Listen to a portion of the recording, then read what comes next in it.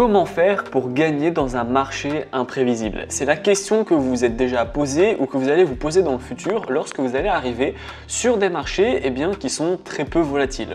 Ou alors, on va avoir une volatilité qui du coup va vous mettre en danger. Ça peut arriver dans la période août, également fin décembre, mais ça peut également arriver tout au long de l'année. Moi, dans cette vidéo, ce que je vais faire, c'est que je vais vous partager mon écran et je vais vous montrer comment réagir lorsqu'on a un marché qui est assez timide, qui est assez fermé, où on est dans un range, etc. Vous allez voir que dans tous les cas, même lorsque les marchés sont imprévisibles et difficiles à travailler, on peut réellement faire des gains, faire des bons points d'entrée avec des bons ratios, etc., etc. Donc je vous partage mon écran. On est devant l'euro USD en H1. Alors comme pour toutes les vidéos de la semaine que je vous ai déjà faites, que ça soit H1, H4, D1 ou encore M1, c'est pas du tout le sujet de la vidéo. Là, l'objectif c'est vraiment de vous montrer comment réagir dans un marché qui est imprévisible. Mais vous l'avez compris, on a de l'imprévisibilité partout sur toutes les unités de temps. Donc concentrez-vous surtout sur la forme que va prendre les marchés plutôt que justement l'unité de temps dans laquelle je suis. Dans cette vidéo, ce que je vais vraiment vous montrer et appuyer, ça va être deux choses. Les figures graphiques ou chartistes, peu importe, on va utiliser les deux, et la forme donc des niveaux psychologiques. Ce qu'il faut savoir, c'est que pour un débutant, quand on a un œil qui est pas encore vraiment développé, qu'on a encore des difficultés à voir les opportunités, on est vite dépassé. On est vite dépassé, dès qu'on voit une grosse impulsion qu'on ne comprend pas, on se dit voilà, c'est imprévisible, pourquoi on touche mon stop loss, etc. Moi, quand j'ai débuté, j'appelais ça des bougies Kinder. C'était des bougies surprises qui venaient éclater sans aucune explication. Et donc, ça me saoulait et bien souvent, j'arrêtais de faire du trading. Et puis, voilà, je clôturais, j'éteignais mon PC et c'était terminé. Je fais par exemple allusion à ce genre de figure-ci où on a une énorme bougie en rouge ici que vous voyez, ou alors une énorme bougie ici à la hausse.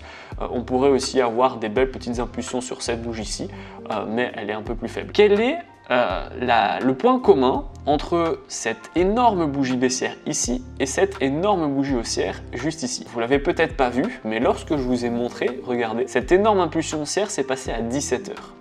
Et cette énorme impulsion baissière s'est passée aussi à 17 h.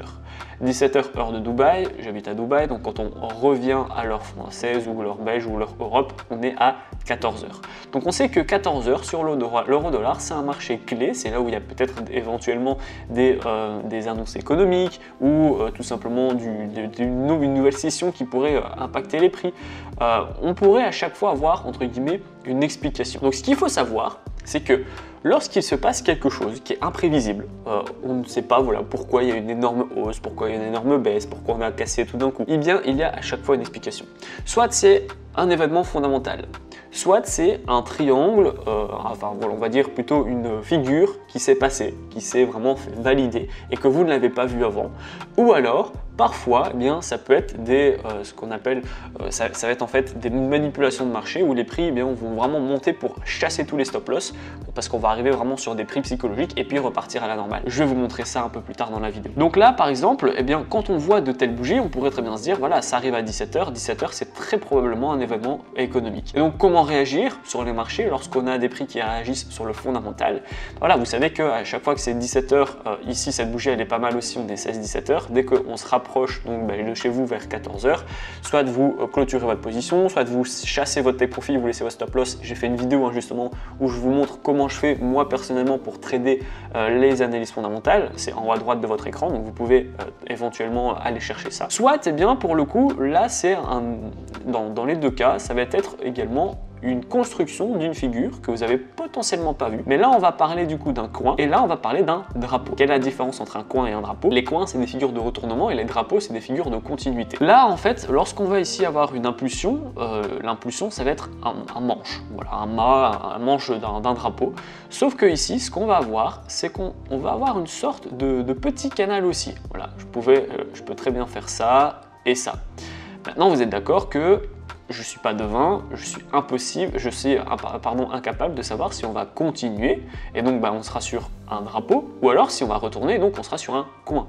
Donc là, je dois absolument attendre la cassure et c'est la cassure par le bas qui fait du coup une accélération baissière et vous allez voir, je vais retirer du coup ce petit manche, on va pile rattraper ce qu'on a été haussier, ce qu'on a été chercher à la hausse, eh bien on l'a rattrapé à la baisse. Et là, c'est du coup une figure de retournement, donc on appelle ça un coin. Et ici, eh bien on va avoir un drapeau. Donc là, c'est un peu pareil. On va toujours avoir ce fameux mât, ce manche, suivi du coup d'une consolidation. Ça peut être du coup sous format d'un drapeau, ça peut être sous format également d'un petit canal comme on l'a eu là. Dans les deux cas, ça peut être un drapeau. Et ensuite, on a eu du coup la cassure et clôture par le haut, juste ici, suivi du coup d'une accélération haussière qui vient bien tout pile manger la hausse, le haut psychologique du coup à 1,06 700 qui était un niveau psychologique. Normalement, quand on va chercher un take profit sur un drapeau, on prend l'amplitude ici qui est à 40 pips et on la projette ici. 40 pips qui fait ici. Donc on y était presque, on l'a touché un peu plus tard dans la soirée, mais c'est plutôt comme ça qu'il faut fonctionner. Et donc quand on est dans un marché imprévisible, il faut tout simplement regarder ces trois critères. Est-ce qu'il y a un événement fondamental qui est actuellement en cours ou qui va potentiellement arriver bientôt? Est-ce qu'il y a une figure graphique qui est actuellement en train de se consolider ou de se former tout simplement et que je ne suis pas au courant? Parce que si on ne cherche pas une figure graphique ou une figure chartiste, on va avoir des difficultés à vraiment trader avec. Ou alors, est-ce qu'on n'est pas sur un point psychologique? Par exemple ici, donc on voit on est dans une tendance baissière, les prix rentrent maintenant après une tendance baissière dans une consolidation. Alors à quel moment j'ai fait le cap entre tendance baissière et consolidation? À partir de ce moment-ci. Pourquoi? Parce que regardez, là on est donc du coup dans une tendance baissière. Jusque-là, vous êtes probablement d'accord avec moi, les points bas sont de plus en plus bas et les points hauts étaient aussi de plus en plus bas, à part ici une cassure. C'était 18 h, vous voyez, on est souvent proche et on a été chercher assez haut sur l'euro-dollar, donc probablement une annonce fondamentale. 18 h, ça fait 15 h heure Europe, il y a souvent des annonces à ce moment-là. Donc on voit vraiment qu'on est dans une tendance baissière et à partir de ce niveau-ci, la tendance baissière prend fin parce que les points bas ne sont plus de plus en plus bas, mais sont au même endroit, ici et ici. Donc là, on va re-rentrer dans un marché instable.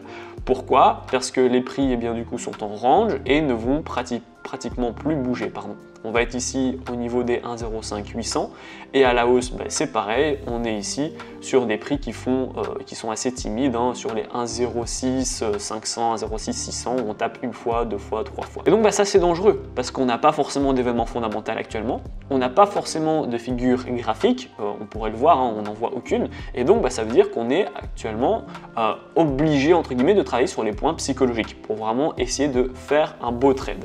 Donc on va essayer de faire ça. Là, je vais faire un rectangle, on voit qu'on est dans une zone de support très important et on pourrait même, et là attention, faire une résistance comme ça. On a tapé, on a échoué, on a tapé, on a échoué, on a tapé, on a échoué. On pourrait donc dire c'est ce niveau-ci. C'est une erreur. On n'est pas à ce niveau-là en termes de points psychologiques, mais on est plutôt sur ce niveau-ci. Il faut vraiment, quand on va chercher un range, chercher le plus haut du range et le plus bas du range. Là, c'est le plus bas parce qu'on n'a pas été cherché, on n'a pas eu d'ombre qui a été cherchée très bas, donc on peut le mettre ici. Mais là, vu qu'on a eu une tentative, deux tentatives et trois tentatives actuellement, eh bien on sait que c'est ce niveau-ci sur lequel il faut faire attention. Donc on ne va pas mettre une position à la cassure de ce range là, on va mettre une position sur l'échec ou la percée de ce niveau psychologique. C'est pour ça que c'est super important lorsque les marchés sont imprévisibles de bien identifier les niveaux psychologiques et pas des simples supports et des résistances parce que c'est en règle générale pas assez. Donc on attend de voir ce que les prix font. Bon là forcément ça baisse, c'est assez normal. Pourquoi?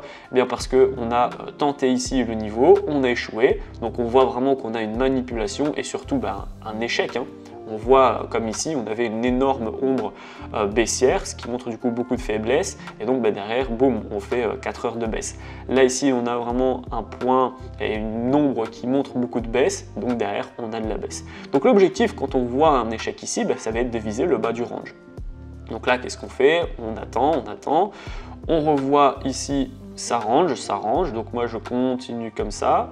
Je vais décaler et je décale là ici en me disant, mon objectif, c'est que si on touche le bas du range, très bien, je vais pouvoir éventuellement mettre un achat pour un rebond ou autre. Par contre, si on touche le haut et qu'on échoue dans cette zone psychologique, moi derrière, je vais mettre une grosse position à la vente. Donc j'attends, et voilà, là on commence tout doucement à s'en rapprocher. On n'y est pas encore, mais on se rapproche. Donc là, je vais faire attention, et voilà, c'est cette bougie-ci qui va me dire, ok, là par contre, on va se positionner à l'avance. Pourquoi? Parce que c'est cette bougie-ci qui touche le niveau psychologique, une fois, deux fois, trois fois, jusque là on est d'accord, elle vient ici taper, et même un petit peu plus haut. Et on a une énorme ombre, qui est du coup une ombre baissière, suivie d'un petit corps baissier également, qui montre vraiment un retournement, et ça montre pas en fait un simple retournement, comme on l'avait là précédemment, et que du coup, il faudra viser le bas, et puis c'est terminé. Là, on a vraiment un signal puissant baissier. Donc ça veut dire que normalement, la baisse est censée être accélérée. On est censé avoir une accélération baissière. C'est un marché qui est imprévisible et qui est très compliqué parce que vous voyez, on est en range, donc c'est très difficile. C'est vraiment du 50-50. Par contre, quand on a ce genre de bougie ici, qui est une figure chartiste, on voit beaucoup de puissance baissière et donc on pourrait mettre à ce moment-là une vente ici. Et lorsqu'on est, donc je vais vous mettre avec des petits rectangles comme ça vous voyez, lorsque je mets un trade ici à la vente, je vais mettre un stop loss ici au niveau psychologique et un take profit ici. Comme ça, vu que je sais que ça c'est le niveau psychologique très puissant, eh bien je me dis ok, je le mets un petit peu plus au-dessus, je le mets même au-dessus de l'ombre à laquelle la bougie s'est clôturée, comme ça je prends aucun risque. Je vais donc avoir un point d'entrée là, un stop loss là, stop loss qui me fait perdre 25 pips, c'est très bien. Et par contre, je vais gagner ici presque 60 pips, c'est très bien. J'ai un bon ratio de 2, 3, 1. Donc c'est parfait, je vais pouvoir mettre ma position. Donc j'attends de voir ce que font les prix. Donc là, on a une baisse, on retend, voilà, rien d'extraordinaire. Une première impulsion, ça c'est intéressant. Ça me permet soit de remettre mon stop loss au break-even, soit de le laisser là et de me dire voilà, je peux faire une clôture partielle à ce moment-là, c'est tout à fait possible.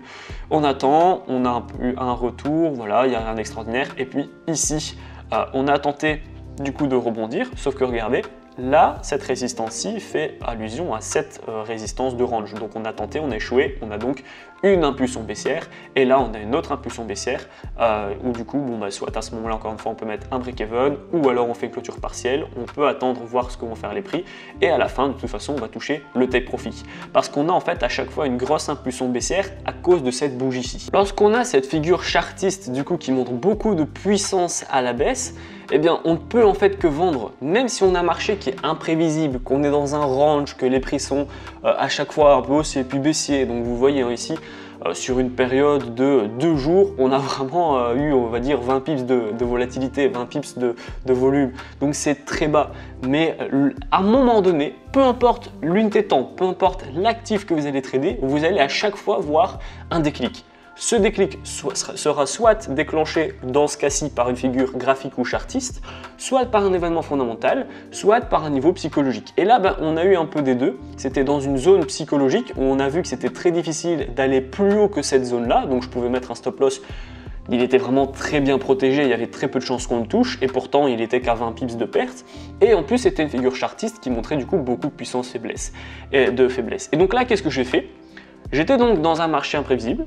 J'ai gardé de la patience et j'ai attendu le moment clé pour rentrer. Je suis rentré une fois, par contre, je suis rentré super bien. J'ai eu ici 26 pips de perte potentielle et j'ai eu 57 pips de gain. Et on a vu que, en quelques heures, on a touché directement mon take profit. On a eu une seule bougie donc de rebond qui a retenté ici la résistance, mais c'est la seule bougie haussière qu'on a eu sur tout le mouvement baissier en fait, tout simplement. J'espère que la vidéo vous a plu. Dites-moi en commentaire si vous avez des difficultés à trader des marchés imprévisibles. Donc quand je dis marché imprévisible, j'entends par là des ranges, des marchés qui sont assez fermés ou alors qu'on a peu de volume, peu d'opportunités. Dites-moi comment vous faites pour contrer ce genre de marché, et en attendant, si vous avez encore des difficultés avec l'analyse technique, pas de panique, vous allez retrouver dans la description, c'est le tout premier lien, ma formation offerte afin de faire vos premiers pas et vos premiers gains dans le monde du trading. Dans la première vidéo, je vais vous expliquer comment faire pour créer un compte ergonomique. Ensuite, on va voir ensemble des stratégies de trading,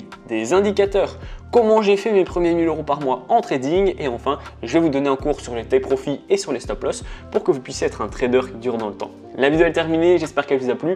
Si c'est le cas, n'hésitez pas à la liker, à la partager, surtout abonnez-vous. Moi, je vous dis à très bientôt pour les prochaines vidéos.